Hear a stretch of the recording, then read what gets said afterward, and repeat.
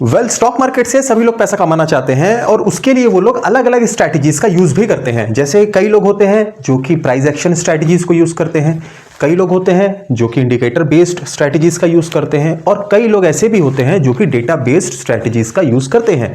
अब लेकिन इंपॉर्टेंट ये है कि ऐसी कौन सी स्ट्रैटेजी है जिससे हम पैसे कमा पाए। ठीक है, तो इसके लिए जो दोस्तों होती है ना, वो होती है सबसे रिलायबल और सबसे जो जेन्युइन जो स्ट्रैटेजी होती है, जिसके ऊपर में काफी ज्यादा लोग ट्रस्ट करते हैं, उस पे मतलब उनको काफी भरोसा होता है उस स्ट्रैटेजी के ऊपर में, और वो होती है दोस्तों ब्रेकआउट ट्रेडिंग स्ट्रैटेजी। ठीक है, सबसे ज्यादा भरोसेमंद ट्रेडिंग स्ट्रैटेजीज अगर मानी जाती है तो वो मानी जाती है ब्रेकआउट की ट्रेडिंग स्ट्रैटेजी।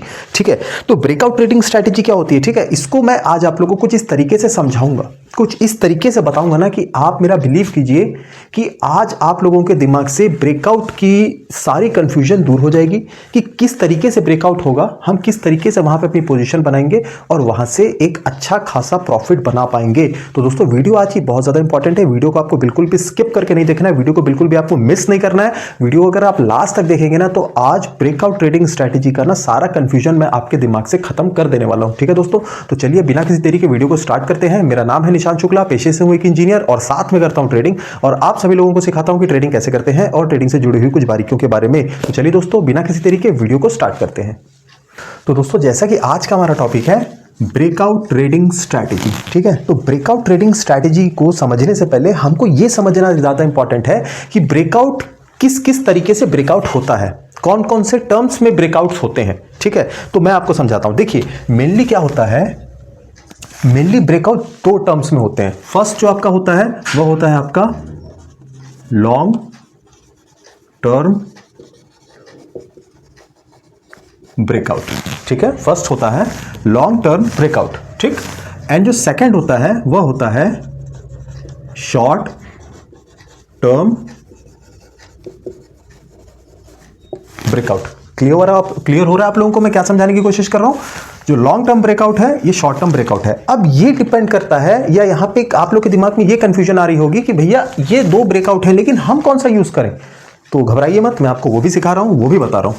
अब देखिए जो लॉन्ग टर्म का ब्रेकआउट होता है ना, इसको ज्यादातर वो लोग इसको प्रेफर करते हैं जिन लोग थोड़ा सा पोजिशनल ट्रेडिंग करते हैं। ठीक है, या कई लोग आपने स्विंग ट्रेडिंग का नाम सुना होगा ना, एक स्विंग जो है बनने के बाद लोग उसको थोड़ा सा पोजीशन को होल्ड करते हैं, तो उन लोगों के लिए ये वाली जो होती है स्ट्रेटेजी होती है। ठीक है, इसमें जैसे कौन कौन लोग करते हैं, जिन लोग स्विंग ट्रेड करते हैं, है ना, जिन लोग स्विंग ट्रेड करते हैं और जिन लोग जो है पोजिशनल ट्रेड करते हैं, पोजिशनल ट्रेड करते हैं, तो ये जो स्ट्रैटेजी होती है ये उन लोगों के लिए होती है। और जिन लोग को डे ट्रेड करते हैं, जैसे कि ज्यादातर लोग स्टॉक मार्केट के अंदर में ना डे ट्रेडिंग करना प्रेफर करते हैं, जिसको हम इंट्रा डे भी बोलते हैं। उसमें अलग अलग होता है, futures trading, options trading, equity trading, है ना। इस तरीके से जो लोग डे में अपनी ट्रेडिंग करना चाहते हैं, तो यहाँ पे किन लोगों के लिए होता है, ये इंट्रा डे वालों के लिए होता है। किन लोगों के लिए होता है? इंट्रा डे ट्रेडिंग वालों के लिए ये शॉर्ट टर्म की जो है ब्रेकआउट उनके काम की है। अब तो आपको ये चीजें समझ आ गई। अब मैं आपको ना इसको थोड़ा सा और अच्छी तरीके से ब्रीफ कर देता हूं। अब देखिए जो लॉन्ग टर्म ब्रेकआउट होता है, हम इसको यहां पे जो है हम ले लेते हैं, पहले हम लॉन्ग टर्म को समझ लेते हैं। ठीक है, लॉन्ग टर्म ब्रेकआउट होता है ना, इसमें मेनली हम दो ब्रेकआउट्स को आइडेंटिफाई करते हैं। ठीक है, अगर आप लोग पोजिशनल जाना चाहते हैं, आप लोग स्विंग ट्रेडिंग की तरफ जाना चाहते हैं ना, तो इसके लिए दो ब्रेकआउट इंपॉर्टेंट होते हैं। ठीक है, फर्स्ट हो गया आपका support and resistance breakout. Clear हुआ? और इसमें जो सेकंड आता है ये आता है आपका ट्रेंड ब्रेकआउट।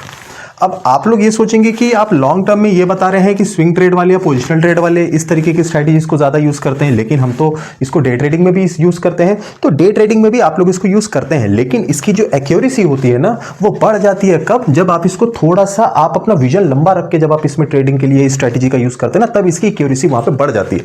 ठीक है, अब मैं आपको थोड़ा सा इस तरीके से इसको समझा देता हूं। देखिए क्या होता है, सपोर्ट एंड रेजिस्टेंस जो ये वाला जो ब्रेकआउट है या जो ट्रेंड ब्रेकआउट है, इसके लिए हम जो मिनिमम टाइम फ्रेम को प्रेफर करते हैं, मिनिमम टाइम फ्रेम हमारा हो जाता है, ये हो जाता है 12 आवर्स से लेकर 1 डे का, इसमें हम अपना क्या करते हैं, टाइम फ्रेम को रखते हैं। ठीक है, 12 आवर से 1 डे के टाइम फ्रेम के बीच में इसको देखते हैं। तो हम इसमें जैसे आप लोग 12 आवर में 1 डे का हम एग्जांपल लेके चलते हैं। 1 डे के आप लोग अगर एग्जांपल में देख रहे हैं कि एक जो है ये एक एक दिन की जो है कैंडल कुछ इस तरीके से बन रही है, ठीक है, कुछ इस तरीके से ये कैंडल बन रही है ना।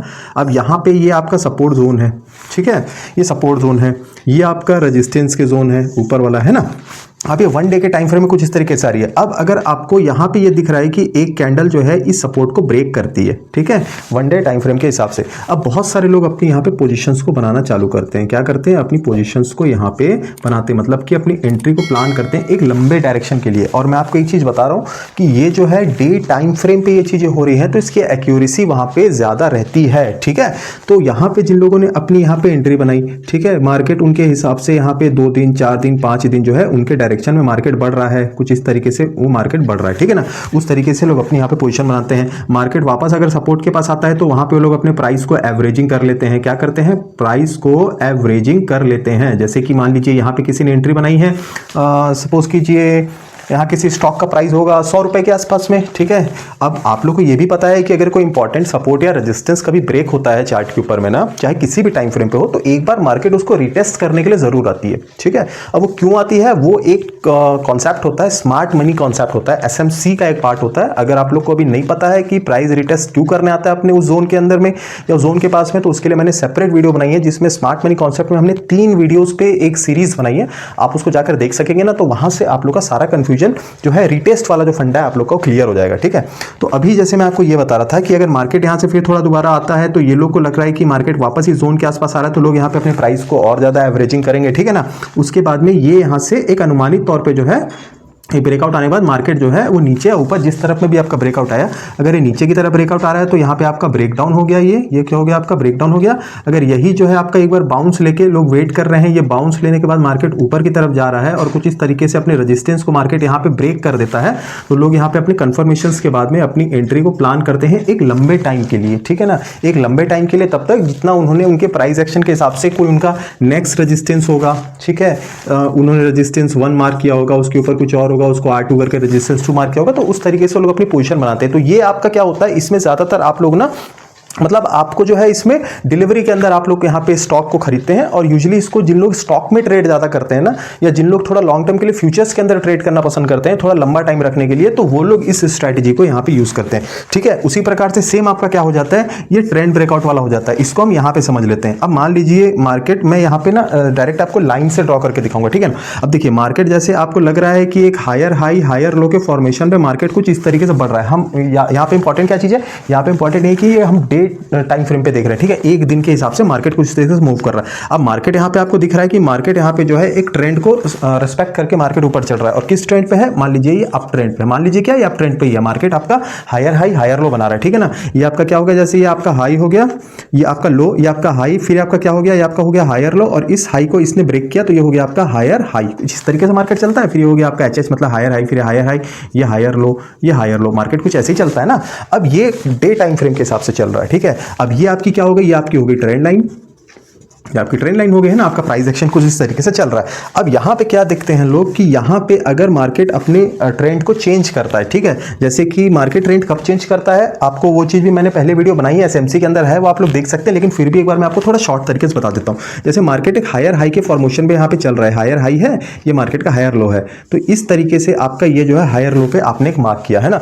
अगर मार्केट आता है और यहाँ पे एक अगला हायर लो नहीं बनाता है और इसको सीधा ब्रेक कर देता है, इस स्ट्रक्चर को ब्रेक कर देता है, ठीक है, यहाँ पे, और यहाँ पे अपना जो है मार्केट एक नया जो है लो लगाता है, ठीक है। और उसके बाद में मार्केट कुछ इस तरीके से अपना यहाँ पे क्या लगाता है, लोअर हाई, और जैसे ही फिर वापस इस जोन को तोड़ता है ना यहाँ पे अपने इस वाले लो को, तो यहाँ पे एंट्रीज प्लान हो जाती है। मतलब आपका यहाँ पे ये कंफर्मेशन मिल गया कि मार्केट में अब ट्रेंड चेंज हो चुका है, इसीलिए इसको हम जो है ट्रेंड ब्रेकआउट बोलते हैं। जो अभी ट्रेंड चल रहा था, अब इस ट्रेंड लाइन का ब्रेकआउट आया है और यहाँ पे लोगों की एंट्री बनी, और वो लोग एक लंबे टारगेट के लिए जो है अपना कुछ हफ्तों के लिए या कुछ महीनों के लिए, जहां तक उनका नेक्स्ट जो सपोर्ट होगा या S1 जैसे मार्क करके रखा होगा, कहीं पे S2 मार्क करके रखे होंगे अकॉर्डिंग टू उनके प्राइस एक्शन, उन्होंने किस तरीके से चार्ट पे उस चीज को प्लॉट किया है, वहां तक के लिए लोग अपने जो है टारगेट को जो है अपना प्लान करते हैं। तो आप समझ गए दोस्तों लॉन्ग टर्म में किस तरीके से करना है। लॉन्ग टर्म में आपका ये सपोर्ट एंड रेजिस्टेंस वाला हो गया और ये वाला हो गया आपका ट्रेंड लाइन का। सेम ऐसा ही डाउन ट्रेंड में अगर मार्केट है और मार्केट अगर अपने डाउन ट्रेंड में अपने लोअर हाई को ब्रेक करने के बाद एक नया हाई लगाता है, उसके ऊपर में हायर हाई लगाता है ना, तब वहां पे हम ये समझते हैं कि अब डाउन ट्रेंड चेंज होने के बाद में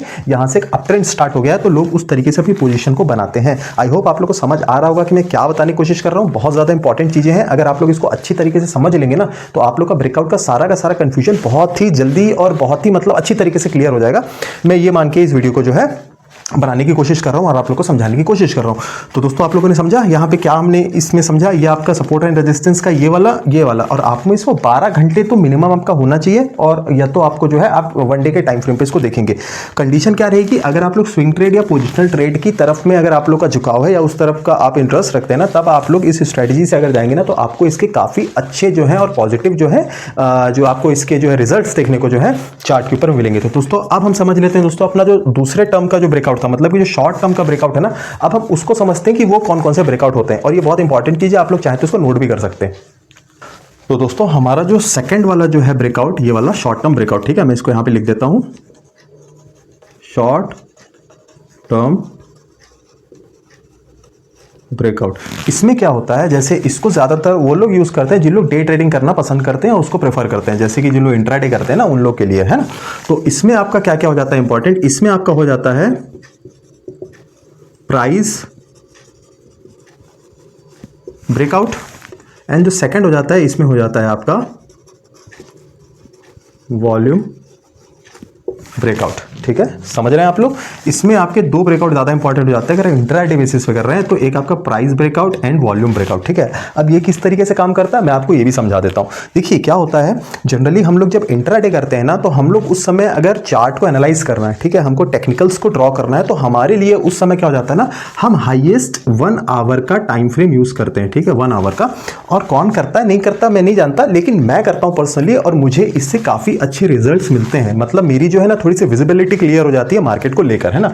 लेकिन मैक्सिमम ऑफ द लोग क्या होते हैं ना, वो लोग 15 मिनट का टाइम फ्रेम जो है वो लोग प्रेफर करते हैं। अगर वो लोग डे ट्रेड कर रहे हैं ना, तो 15 मिनट पे उनके टेक्निकल स्ट्रॉन्ग होंगे, और उनकी जो एंट्री और एग्जिट होगी वो होगी 5 मिनट के हिसाब से, जो कि मोस्ट ऑफ द ट्रेडर करते हैं अगर वो लोग डे ट्रेडिंग कर रहे हैं। ठीक है, आई होप आप लोग समझ रहे होंगे मैं क्या कहना चाह रहा हूं। तो कुछ इस तरीके से टाइम फ्रेम होता है। तो सबसे पहले जो टाइम फ्रेम वाला कंफ्यूजन था ना, वो मैंने आपको क्लियर कर दिया, लॉन्ग टर्म में भी और शॉर्ट टर्म में भी, है ना। आप टेक्निकल्स को 1 घंटे में ड्रॉ कर सकते हैं। अगर 1 घंटे आपको ज्यादा लग रहा है तो मिनिमम आपको 15 मिनट में टेक्निकल्स को ड्रॉ करना है। टेक्निकल्स ड्रॉ करना इन द सेंस 15 मिनट के टाइम फ्रेम के हिसाब से कहां पे सपोर्ट बन रहा है, कहां पे रेजिस्टेंस बन रहा है, कहां मतलब सप्लाई जोन है, कहां डिमांड जोन है, कहां पे मार्केट कौन सा ट्रेंड लेके चल रहा है, ये सारे टेक्निकल्स जो है आप 15 मिनट के हिसाब से आप अपने ड्रॉ करेंगे। और आपकी जो एंट्री और एग्जिट होगी ना, मैं लिख देता हूं यहां पे, आपकी जो है एंट्री एंड आपके जो यहाँ पे एग्जिट होंगे ना, वो होंगे 5 मिनट के टाइम फ्रेम पे। बहुत ज्यादा इंपॉर्टेंट है, आप लोग जो इसको नोट करके रखिएगा। ठीक है, अब यहाँ समझने वाली क्या बात है कि भैया प्राइस ब्रेकआउट और ये वॉल्यूम ब्रेकआउट आखिर होता क्या है। तो देखिए मैं आपको ऐसा समझाता हूँ।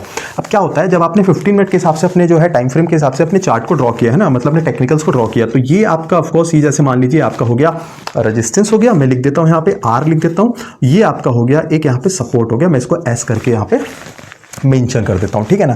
अब क्या हो रहा है यहाँ पे कि मान लीजिए यहाँ से कोई आपका बाजार जो है ये नीचे की तरफ जो है आ रहा है। ठीक है, ये नीचे की तरफ आपका बाजार जो है ये है, एक डाउन ट्रेंड पर भी मार्केट चल रहा है।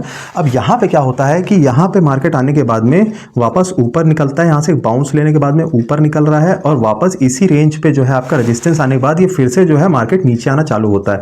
तो अल्टीमेटली आप लोगों ने क्या समझा, आप लोगों ने ये समझा है, मैं तो इसको थोड़ा सा और बड़ा कर देता हूँ।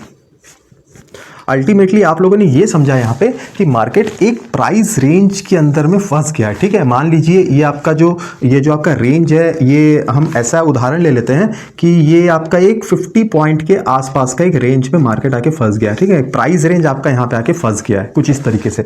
अब आप लोग को क्या देखना है कि जैसे ही आपका कोई सपोर्ट या कोई रेजिस्टेंस अगर ब्रेक होता है किसी भी तरफ है, मतलब अगर कोई ब्रेकडाउन आता है या तो फिर कोई ब्रेकआउट आता है, ठीक है ना, तो वहां पे लोग अपनी पोजीशन को बनाते हैं।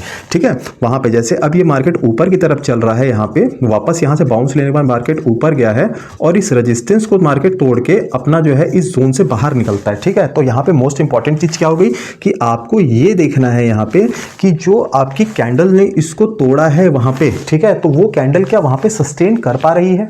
ठीक है। सस्टेन इन द सेंस क्या हो गया, जैसे इसको थोड़ा और लंबा कर देता हूं मैं, मार्केट यहाँ पे टूटा, उसके बाद में आया यहाँ पे, फिर आया, और इसके ऊपर में थोड़ा सा अपना टाइम क्या अगर यहाँ पे मार्केट बिता रहा है क्या, ठीक है। आपको यहाँ पे ये देखना है, वो क्यों देखना है कि जब भी कोई इंपॉर्टेंट प्राइस रेंज अगर टूटता है तो वहां पे ऑपरेटर को एंट्री करने से पहले कुछ लिक्विडिटी चाहिए होती है। अब लिक्विडिटी क्या होती है, देखिए मार्केट में कोई भी चीज जो है ना वो अपने आप बन नहीं रही है, क्वांटिटीज अपने आप बनती नहीं है कि आपको जितनी मर्जी, आपको 10,000 क्वांटिटी चाहिए या 50,000 क्वांटिटी चाहिए या 1,00,000 क्वांटिटी चाहिए तो अपने आप आ जाएगी, अपने आप पैदा हो जाएगी, ऐसा कुछ नहीं होता। मार्केट में क्वांटिटीज फिक्स होती हैं, ठीक है। अब होता क्या है कि एक टाइम पे जब किसी की इच्छा है कि मैं इस प्राइस पे मैं यहाँ पे खरीदूंगा, ठीक है ना, मैं शेयर को खरीदूंगा या मैं किसी इंडेक्स के अंदर में किसी ऑप्शन को खरीदूंगा, सेम उसी टाइम पे कोई व्यक्ति है जो कि उस शेयर को या उस ऑप्शंस को बेच रहा है, तब तो आप खरीद पा रहे हैं ना।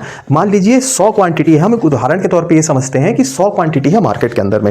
अब 100 ही क्वांटिटी जो है एक दूसरे आपस में खरीद रहे हैं, बेच रहे हैं, खरीद रहे हैं, बेच रहे हैं, ठीक है। अब यहाँ पे इंपॉर्टेंट क्या होता है, अगर किसी बड़े प्लेयर को मार्केट में एंटर करना है, जैसे कि हम और आप जो छोटे रिटेलर होते हैं जो कि यूजुअली 10,000, 20,000, 50,000 से लेकर 1,00,000 रुपए से 10,00,000 रुपए तक के प्राइस रेंज पे आके हम लोग जो है मार्केट में प्ले करते हैं या मार्केट में हम लोग ट्रेड लेते हैं, ठीक है, समझ गए आप लोग। लेकिन एक बड़ा प्लेयर क्या वो लाख, 1.5 लाख, 2 लाख, 10 लाख रुपए लेके आता है क्या, तो द आंसर इज नो।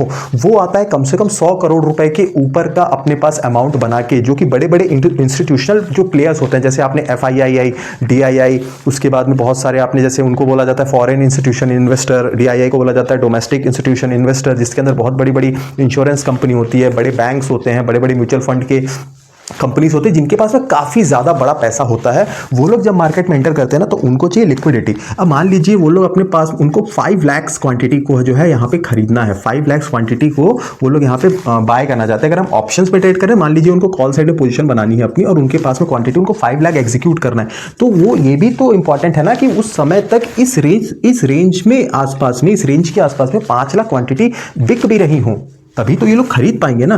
तो यहाँ पे लोग क्या करते हैं, यहाँ पे लोग पोजीशंस बनाना चालू करते हैं, ठीक है। पोजीशंस बनाते हैं वो लोग, किस तरीके से पोजीशंस बनाते हैं अपनी, यहाँ पे मार्केट को थोड़ा सा जो है इस रेंज के अंदर में ना ये लोग कंसोलिडेशन में लेकर आते हैं, ठीक है। मतलब मार्केट उस रेंज के आसपास में कभी उसे थोड़ा ऊपर, कभी थोड़ा नीचे, कभी थोड़ा ऊपर, कभी थोड़ा नीचे, मतलब मार्केट वहाँ पे अपना एक टाइम स्पेंड करता है।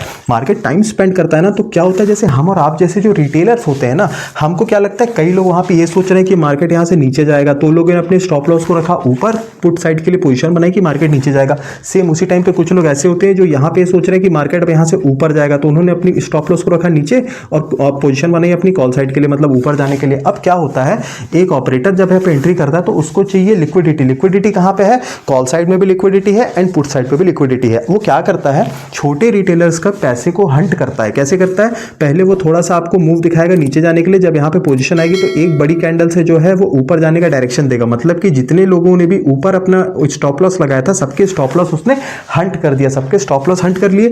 हंट करने के बाद क्या होगा, अगली ही कैंडल को थोड़ी इतनी बड़ी रेड कैंडल बनाएगा कि जिन लोगों ने ऊपर जाने के लिए पोजीशन बनाई थी, जिनके स्टॉप लॉस नीचे रखे थे, वो एट ए टाइम उनके भी स्टॉप लॉस को वहां पे हंट कर देगा। अब मार्केट के पास में आ गई लिक्विडिटी, और मार्केट फिर जो डायरेक्शन में जाना चाहता है वो उसी डायरेक्शन के अंदर में मार्केट जो है वो बढ़ जाता है, लगातार ऊपर की तरफ बढ़ जाता है। अब आप लोग सोचते होंगे यार मार्केट ऊपर जा रहा है। अब कई लोगों के साथ ऐसा होता है, मोस्ट ऑफ द ट्रेडर के साथ ऐसा होता है जो कि खासकर नए ट्रेडर हैं या जिनको अभी कुछ वक्त हुए हैं मार्केट में, 6 महीने, 8 महीने, साल भर, 2 साल, इतना लगभग उनको टाइम हुआ है ना, तो वो लोग क्या उनके दिमाग में रहता है कि यार हम अपनी पोजीशन को बनाएं, ठीक है। मार्केट हमारे डायरेक्शन में भी गया, लेकिन मार्केट उसके पहले मेरे स्टॉप लॉस को उसने जो है काट दिया, उसके बाद में वो जो है मेरी ही डायरेक्शन में चला गया और मेरी एंट्री वहां पे मिस हो गई। तो होता क्यों है, वो इसीलिए होता है। मार्केट कभी भी अगर ब्रेकआउट दे रहा है ना, मान लीजिए जैसे ये रेजिस्टेंस है, ये आपका सपोर्ट है, मार्केट अगर यहाँ पे जैसे ये ऊपर से नीचे से ऊपर की तरफ बढ़ रहा है, मार्केट जैसे यहाँ पे एक ब्रेकआउट देता है जोन के ऊपर में ना, तो अगर मार्केट को ऊपर जाना है और मार्केट के पास अगर लिक्विडिटी है तो मार्केट आपको एंट्री करने का भी मौका नहीं देगा और धड़ाम धड़ाम बड़ी बड़ी कैंडल के साथ में मार्केट जो है ब्रेकआउट देके ऊपर की तरफ निकल जाएगा। और आप सोचते रह जाएंगे यार मेरी यहाँ पे एंट्री मिस हो गई, मेरी एंट्री मिस हो गई, क्योंकि ऑपरेटर जानता है कि रिटेलर को कहाँ पे इन्वाइट करना है, कहाँ पे उससे मूव्स को मिस करवाना है, और अल्टीमेटली आप जिस तरीके से आप लोग चार्ट में आपको दिखता है ना, तो वो ऑपरेटर ही आपको उस तरीके से दिखाता है, ठीक है। उसने यहाँ पे एक जो है प्राइस रेंज का यहाँ पे ब्रेकआउट आया और यहाँ पे वो जो है लोग मार्केट को अल्टीमेटली ऊपर लेगा और आपकी एंट्री यहाँ पे कहीं बन ही नहीं पाई, आपकी एंट्री मिस हो गई, ठीक है। सेम उसी टाइम पे क्या होता है, हम एक दूसरा उदाहरण लेते हैं कुछ इस तरीके से। मार्केट अगर एक ऊपर की तरफ जैसे जा रहा है, यहाँ पे मान लीजिए एक ब्रेकआउट आता है आपके पास में, उसके बाद में मार्केट यहाँ पे थोड़ा सा कंसोलिडेशन चालू कर देता है, ठीक है। तो अब आपको यहाँ पे क्या देखना है कि अब यहाँ पे ऑपरेटर के पास में जो है उसके लिक्विडिटी की कमी है। तो अब मार्केट यहाँ पे क्या करेगा कि मार्केट यहाँ पे लिक्विडिटी ग्रैब करने के लिए घूम रहा है। तो जैसे ही मार्केट यहाँ कंसोलिडेशन चालू करता है ना, तो आपको यहाँ पे एक जोन क्रिएट कर लेना है। हो सकता है कि 5 मिनट के टाइम फ्रेम पे अगर बात करें तो लगभग 5 कैंडल, 6 कैंडल, 10 कैंडल तक जो है मार्केट एक आध घंटे तक इस रेंज पे घूमता रहेगा। कभी थोड़ा सा ऊपर जाएगा, जिस रेंज को उसने ब्रेकआउट किया है ना, कभी उस रेंज के थोड़ा नीचे आएगा, कभी थोड़ा ऊपर जाएगा। अल्टीमेटली वहां पे वो कॉल साइड वालों को और पुट साइड वालों को इनवाइट कर रहा है कि आप आए, वहां पे अपनी पोजीशन को बनाएं। उसके बाद क्या होता है, मार्केट एक बड़ी कैंडल नीचे की तरफ लेके आता है, रेड कैंडल। तो जिन लोगों ने जो है ऊपर जाने की पोजीशन बनाई थी, स्टॉप लॉस नीचे थी, मार्केट उनके स्टॉप लॉस को हंट करता है। फिर नेक्स्ट उसके बाद एक ग्रीन कैंडल बनती है। अब यहाँ पे क्या होता है, जिन लोगों ने नीचे जाने की पोजीशन बनाई थी उनके स्टॉप लॉस हंट करता है, उसके बाद आपके डायरेक्शन में चला जाता है। तो इसी को बोलते हैं दोस्तों प्राइस रेंज का ब्रेकआउट होना। आप लोग अभी तक ये समझ रहे थे ना कि ये रेजिस्टेंस है और ये रेजिस्टेंस है, ये प्राइस रेंज है, इसका ब्रेकआउट आया, नहीं, ऐसा नहीं है। आपके जब ये ब्रेकआउट आने के बाद में अगर मार्केट इस जगह पे कंसोलिडेशन फेस करता है ना, अगले 2, 4, 5 कैंडल, 10 कैंडल तक अगर एक आध घंटे मार्केट इस रेंज में रहता है, तो यहाँ पे जो प्राइस रेंज बनता है ना, आपको इसको मार्क करना है, ये ज्यादा इंपॉर्टेंट है। आप जो भी कैंडल हो, ग्रीन रेड कैंडल है, आप उसका बॉटम मार्क कर लीजिएगा। मतलब बॉटम इन द सेंस आपको उसके लोअर विक को मार्क करना है इस तरीके से, और उसी टाइम पे कोई ग्रीन कैंडल होगी उसको आपको हाई को मार्क करके आपको इस तरीके से रखना है। उसके बाद में मार्केट जिस तरफ के डायरेक्शन आपको दिख रहा है, अगर उस रेंज के ऊपर मार्केट आपको अगर निकलता हुआ दिख रहा है ना, तो उसकी नेक्स्ट कैंडल में आपकी यहाँ पे एंट्री प्लान होगी और उसके बाद मार्केट आप ही के डायरेक्शन में ऊपर चला जाएगा, ठीक है। स्टॉप लॉस क्या रखेंगे, स्टॉप लॉस आप वही किसी रेफरेंस कैंडल के बॉटम को अपना स्टॉप लॉस रख के वहां पे अपनी एंट्री को बना सकते हैं। तो ये तरीका होता है दोस्तों प्राइस ब्रेकआउट पे ट्रेड करने का टेक्निक ना, ये सबसे सुपीरियर टेक्निक है। इवन मैं खुद करता हूं, मेरे को इससे काफी अच्छे रिजल्ट्स भी अभी तक मिले हैं। आई होप आप लोग समझ रहे होंगे मैं क्या कहना चाह रहा हूं। अगर इस टॉपिक से रिलेटेड या इस प्राइस जो शॉर्ट टर्म या लॉन्ग टर्म के किसी भी पॉइंट पे अगर आप लोगों को कोई भी कंफ्यूजन है, आई होप, मेरे को लग रहा है कि अभी आप लोगों को नहीं होगा ऐसा, लेकिन अगर अनफॉर्चुनेटली आपको कोई भी अगर डाउट होता है ना, तो आप डायरेक्ट मुझे कमेंट सेक्शन में पूछ सकते हैं, और नहीं तो आप जो है ना, हम डिस्क्रिप्शन में अपनी इंस्टाग्राम की आईडी देते हैं, वहां पे मुझे फॉलो करके ना आपकी कोई भी डाउट है, आपकी कोई भी क्वेरी है ना, आप मेरे को डायरेक्ट पूछ सकते हैं, आपको डेफिनेटली वहां पे जो उसको रिप्लाई मिलेगा। तो आप समझ गए दोस्तों, ये हो गया आपका प्राइस ब्रेकआउट, कुछ इस तरीके से काम करता है ना। अब मैं आपको इस छोटे से ही सेटअप में समझा देता हूं यहाँ पे बोर्ड के नीचे में कि वॉल्यूम ब्रेकआउट कैसे काम करता है। देखिए वॉल्यूम ब्रेकआउट क्या रहता है ना, अब आप क्या देख रहे हैं, ये भी कुछ इस तरीके से आपको इसका सेटअप देखने को मिलेगा, ठीक है। जैसे आपका रेजिस्टेंस है, ये सपोर्ट है। अब मार्केट यहाँ पे कंसोलिडेट कर रहा है। वॉल्यूम ब्रेकआउट के लिए क्या आपको मेन इंपॉर्टेंट क्या चीज हो गई, आपको यहाँ पे वॉल्यूम का इंडिकेटर, आप वॉल्यूम इंडिकेटर लगाएंगे, कुछ इस तरीके से उसकी बिल्डिंग्स बनती है। अगर आप वॉल्यूम इंडिकेटर जानते होंगे ना, तो इस तरीके से बनती है। और मैं आप लोग को ना एक चीज बता दूं कि अगर आप लोग ब्रेकआउट ब्रेकडाउन स्ट्रैटेजीज फॉलो करते हैं ना, और आपको वो स्ट्रैटेजी पसंद है, और अभी तक आप लोग जो है वॉल्यूम इंडिकेटर का यूज नहीं करते, आपको नहीं पता वॉल्यूम इंडिकेटर कैसे यूज करना है, तो दोस्तों सबसे पहले आप उस चीज को सीख जाइए, ठीक है। क्योंकि वॉल्यूम इंडिकेटर ब्रेकआउट स्ट्रैटेजीज के अंदर में बहुत ज्यादा बेनिफिट होता है। उसके अंदर अगर आप लोग उस वॉल्यूम को देख के अगर ट्रेड करते हैं ना, खासकर इंट्राडे अगर आप लोग कर रहे हैं, तो आपके लिए तो मतलब वरदान के हिसाब से है ना वो ट्रेडिंग में। तो आप लोग वॉल्यूम इंडिकेटर यहाँ पे आपने लगाया, ठीक है। अब आपको क्या देखना है कि आपका वॉल्यूम किस रेंज पे चल रहा है। आपको दिख रहा है कि एक सिमिलर बिल्डिंग्स बन रही है, फिर चाहे वो रेड हो या ग्रीन हो, जिस तरीके से भी हो, आपकी एक यहाँ पे बिल्डिंग्स बन रही है। अचानक से आपको क्या दिखता है, अब इसमें एक चीज और भी है, जैसे आप लोग ऑप्शंस में ट्रेड करते हैं, हम निफ्टी का उदाहरण ले लेते हैं। अब यहाँ पे हमको दिख रहा है हर एक वॉल्यूम कैंडल के अंदर में ना लगभग 1 मिलियन से लेके 1.5 मिलियन लोग तक इसमें पार्टिसिपेट कर रहे हैं, ठीक है। अब ये चल रहा है सिलसिला कब तक, आखिरी के लगभग 5, 6, 7, 8, 10 कैंडल तक कुछ इसी तरीके से चल रहा है। आपको इसको लगातार मॉनिटर करना है, ठीक है।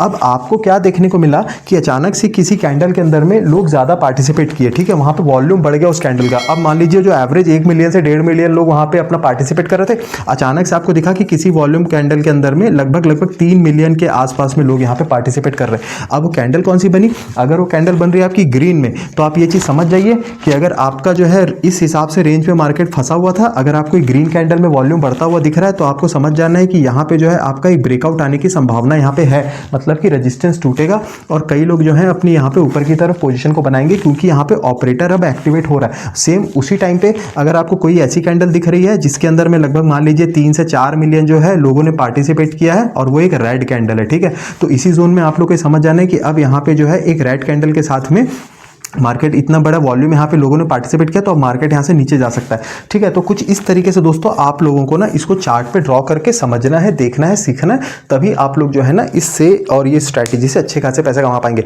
तो आई होप दोस्तों आप लोग को आज की वीडियो बहुत ज़्यादा इन्फॉर्मेटिव लगी होगी। अगर नहीं भी लगी होगी ना तो आप लोग मुझे कमेंट करके बता सकते हैं कि मैंने आपको समझाने में किस तरीके से गलती की है, या मुझसे कहीं पे इस वीडियो में समझाने से गलती हुई है, या मैंने कुछ गलत बोला। क्योंकि हो सकता है, मैं ऐसा मान के चल रहा हूँ कि अभी ऐसे बहुत सारे व्यूवर्स हैं जो कि इस वीडियो को देख रहे होंगे और हो सकता है उनका तजुर्बा मुझसे भी ज़्यादा हो।